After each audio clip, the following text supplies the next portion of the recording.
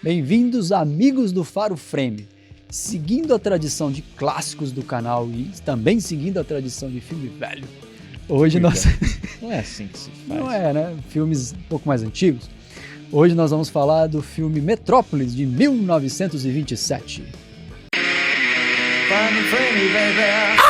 Metendo o nariz no filme alheio. Metrópolis é um filme que mostra uma sociedade futurista dividida entre os ricos que vivem em arranha-céus e os pobres que trabalham nas máquinas que alimentam a cidade. O filho do dono de Metrópolis, Freder, se apaixona por Maria, uma líder dos trabalhadores, e tenta unir as duas classes em busca de uma vida melhor. Mas um cientista mal intencionado cria um robô com a aparência de Maria e, se unindo ao líder da cidade, Johan Fredersen, tentam impedir seus planos. O longa é uma obra-prima do expressionismo alemão, dirigido por Fritz Lang e baseado no livro de Thea von Harbou. Apresenta efeitos visuais impressionantes e uma mensagem social poderosa. Lançado em 1927, é considerado um dos primeiros e mais influentes filmes de ficção científica da história. Pedro, esse filme é considerado o precursor da ficção científica. É verdade. Os primários ali, né? Ele é um filme mudo, de 1927. Isso. E é um filme que trouxe várias inovações. Mas antes de falar das inovações, nós vamos falar de uma coisa polêmica, trazendo polêmica novamente para o canal. Isso é importante. O que Polêmica, é? Qual é a né? polêmica? É a metragem. Esse filme ele foi distribuído por 3 companhias. Uma era a UFA, uma companhia alemã, que eu não tenho a audácia de falar o nome aqui em alemão, se você quiser tentar, Pedro. Eu não tenho. Vai bom. UFA mesmo. Tem a MGM e a Paramount Pictures de Hollywood. Então a MGM e a Paramount era dos Estados Unidos e a UFA da Alemanha. A cláusula do contrato permitia que a UFA tinha o direito de alterar o filme para ter mais rentabilidade. Então a alteração do filme, em geral, de várias formas, né? Inclusive de cortar. Então a metragem original na pré-estreia era de 153 minutos, próximo de 3 horas, né? Aí eles começaram a fazer cortes. No primeiro corte, que foi para os Estados Unidos e UK, foram 115 minutos. Quem promoveu esse corte foi o dramaturgo americano Clennon Pollock. Foi lá e cortou. Certo. Depois eles fizeram outro lançamento para a Alemanha, caiu para 91 minutos. O empresário Alfred Hugenberg, quando ele assumiu a UFA, ele falou, não, 115 minutos tá muito. Foi lá e cortou por 1h30. Aí você imagina, o filme tinha 153 minutos e virou 91 minutos. Aí acabou se perdendo, ficou muitos e muitos e muitos anos, décadas com o filme podado. A ideia inicial lá do direção do Fritz Lang se perdeu. Se perdeu. No YouTube tem uma versão de 2h30. Então, aí em 2010, eles descobriram foi feita uma restauração na Alemanha com uma cópia encontrada na Argentina. Essa cópia ela havia sido comprada por uma distribuidora em janeiro de 27, antes dos cortes, e ela foi adquirida por um crítico. E eles fizeram uma cópia de segurança em 16mm, o original era 35mm, e acabou sendo exibida uma porrada de vezes e acabou se desgastando, né? E depois, quando eles foram recuperar para fazer a restauração, as sujeiras acabaram ficando também, que os caras fizeram uma cópia dela e algumas coisas não conseguiram ser tão restauradas assim. E depois eles melhoraram, recuperaram, fizeram um processo de recuperação digital e recuperaram para 2K. E acabaram tendo um pouco desses defeitos, mas conseguiram trazer, pelo menos à vida, uma boa parte da história original. Acho que ficaram faltando poucas cenas do original. Eles conseguiram trazer a ideia ali era do Fritz Lang, com quem fez o roteiro era a Thea von Harbou.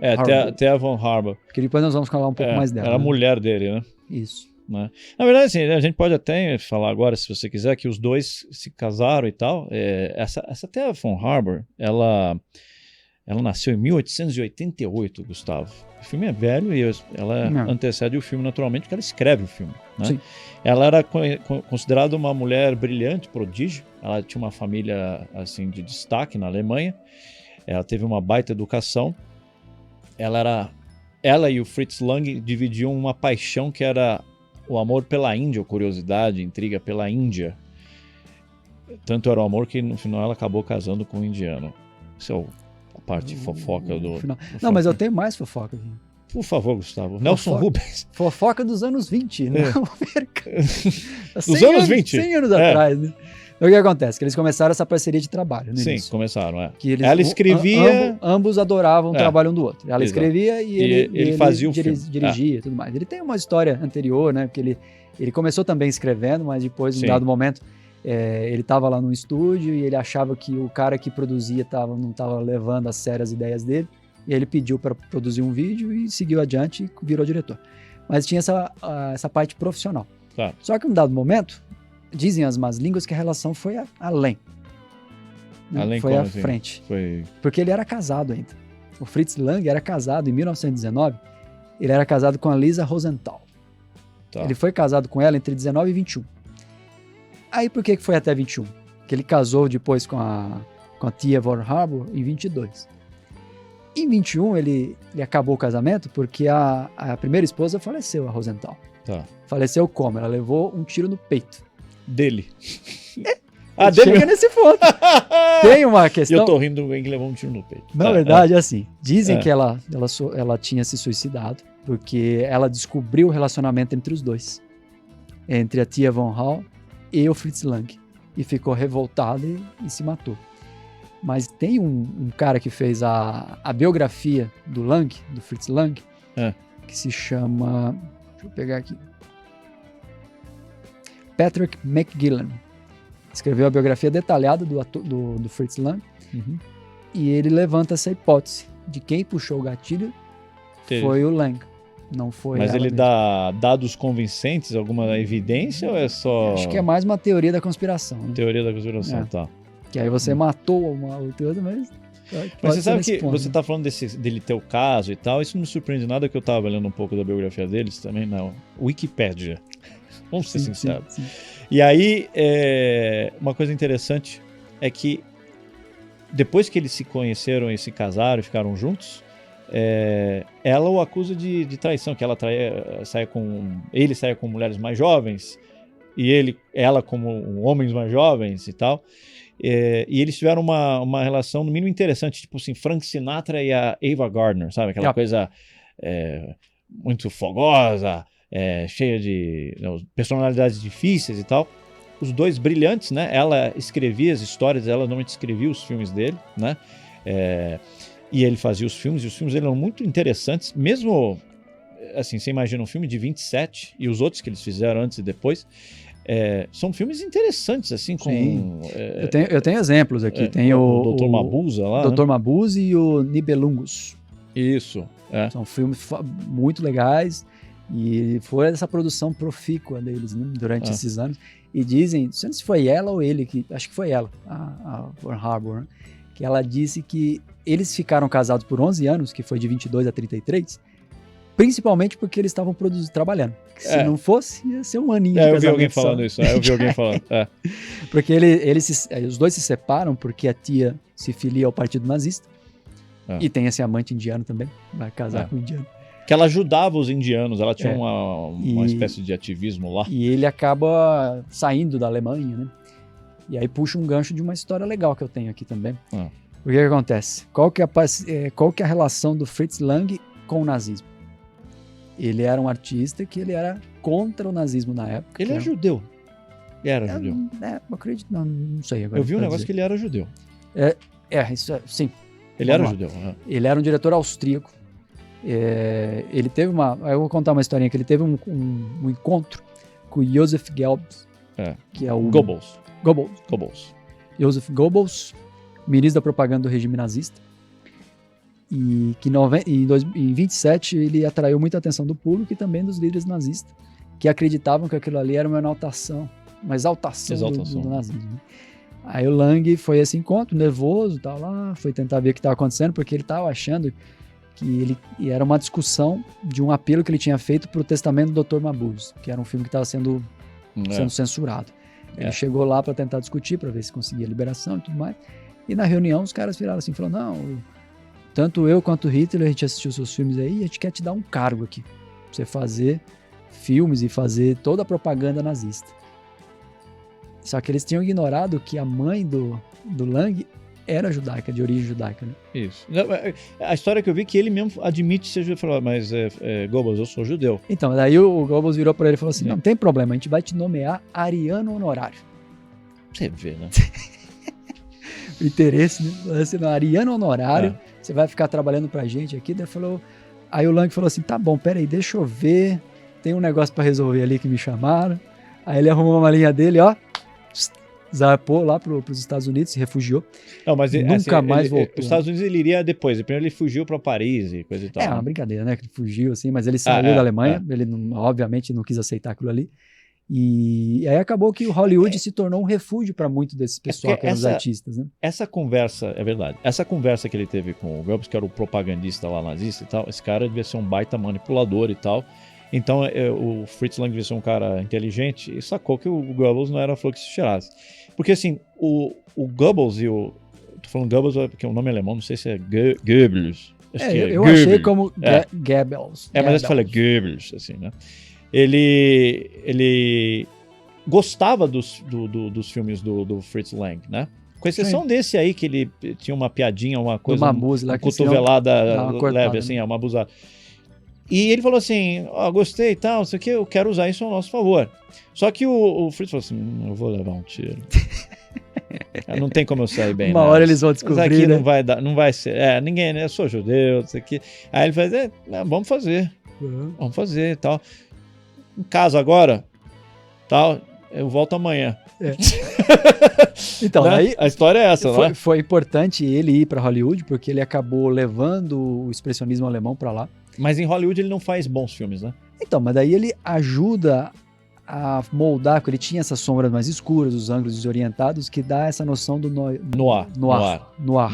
Os filmes noir. De 1940, a partir de 1940. Então dá essa influência do diretor e de Metrópolis para o noir, né, de Hollywood. E assim, o Metrópolis, assim, só para... Vamos tentar convencer aqui o pessoal a ver. Eu também não sou fã de filme mudo e tal, né? A dinâmica é mais diferente. Mas, cara, assim, eu comecei a ver, e você começa a ver quando você... Assim, é legal, você pega um vídeo aí na internet, veja esse vídeo, se informe sobre Metrópolis, para pegar uma curiosidade. Quando você começa a ver, você fala assim, pô, tem coisa aí. É interessante o negócio. Sim, você o roteiro é bom. É longo e tal, aí todo filme longo é perigoso, você corre o risco de olhar muito pro celular e pra geladeira e tal, mas é um bom filme. E o filme é baseado num livro que só foi ser lançado aqui no Brasil, pra você ter uma ideia, anos atrás. 2019. Que eu, inclusive, comprei. Você leu ou não? Ainda não. Não? Vai chegar em casa ainda. Não chegou. Então você vai, quando chegar, a gente faz aqui um vídeo, porque dizem que o livro ele é muito fiel ao filme, o filme é fiel ao livro, mas o livro é mais místico. Sim. Desenvolve mais a questão do ocultismo. Porque tem alguns símbolos pagãos lá no filme. Aquele momento que a máquina se transforma num deus. Que tem um deus, que aparece lá escrito o nome do deus, que eu já esqueci aqui. E no livro eles desenvolvem bastante essa questão do ocultismo. Aí eu vou descobrir e depois eu te falo. Tá. E outra coisa interessante do filme, assim, o filme é impressionante os efeitos especiais. Se é que a gente pode chamar de efeitos especiais. Nós vamos aqui para os efeitos especiais, que foi revolucionário para a época também. As miniaturas detalhadas, né? O filme usou bastante maquete, que dá aquela sensação da cidade enorme. Que, inclusive, a maquete foi reutilizada no Blade Runner. Foi reutilizada. A própria maquete, só que eles deram mais parecido, né? Você sabe qual é a história daquela cara da cidade ali, não? Porque o Fritz ele foi fazer um lançamento de um filme dele lá em Nova York. Quando ele chegou em Nova York, ele viu aqueles arranha-céus, ele ficou impressionado. Antigamente não tinha aquilo na Europa, aqueles prédios enormes. Então ele quis causar essa impressão que ele teve no pessoa vendo no público. Então ele faz a Metrópolis, né? Que depois vira o nome da cidade do Super-Homem. Então vai inspirar o Super-Homem também. Aquilo é Blade Runner.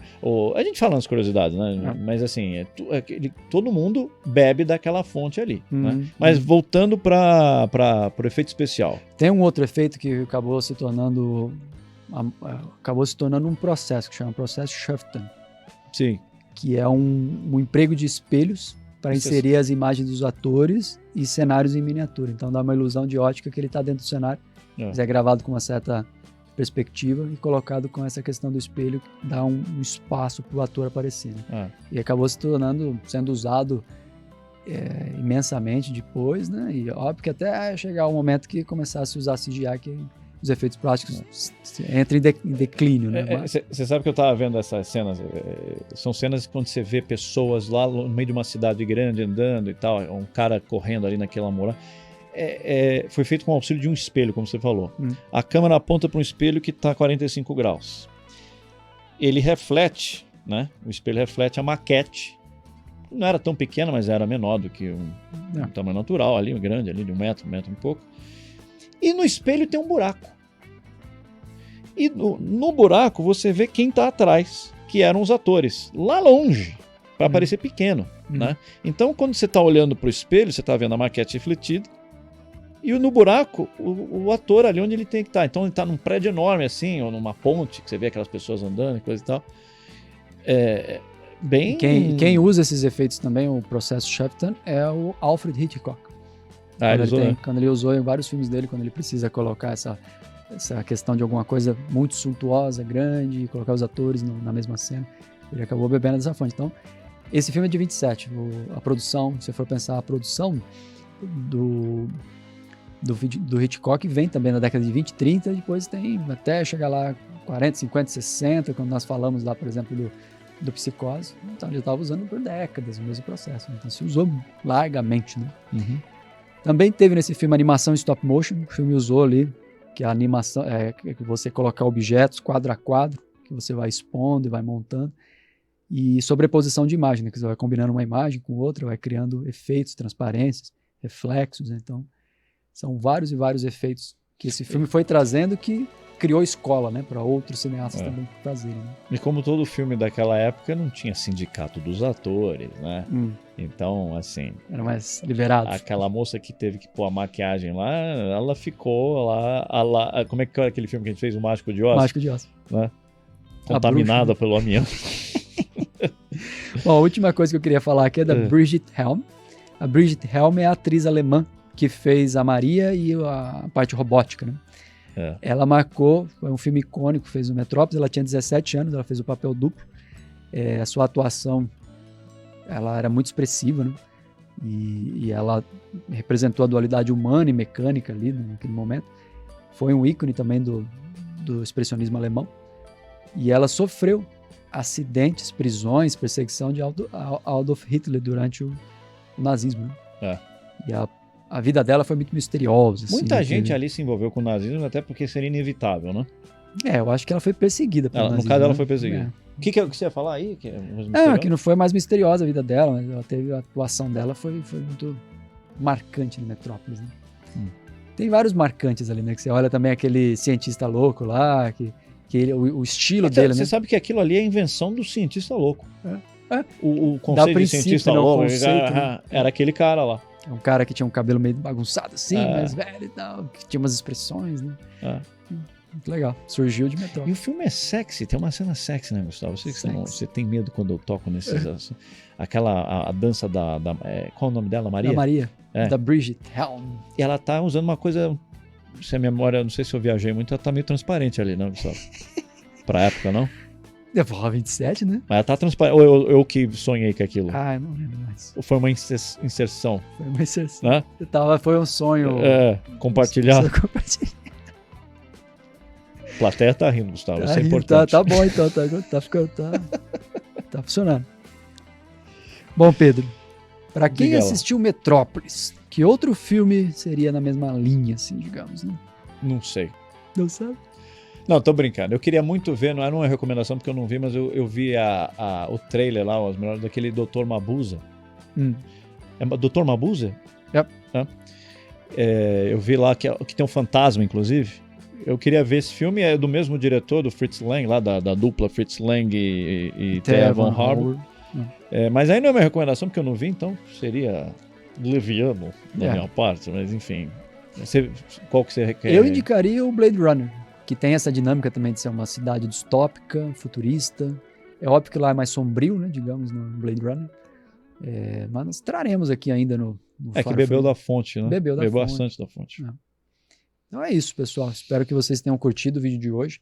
Metrópolis é um filme clássico, diferente, que inspirou muita coisa. Então é legal você saber de onde vieram as coisas, né? O cientista louco. Não, e o filme é bom, o filme é longo. Isso, putz. É interessante. O filme longo é um perigo, Gustavo. A gente já fez aqui. Depois eu vou te contar uma história do filme longo. Tá bom. Fica para outro episódio. Próximos episódios. Aproveitem. O primeiro filme de sci-fi de todos os tempos. Um abraço. Tchau, tchau.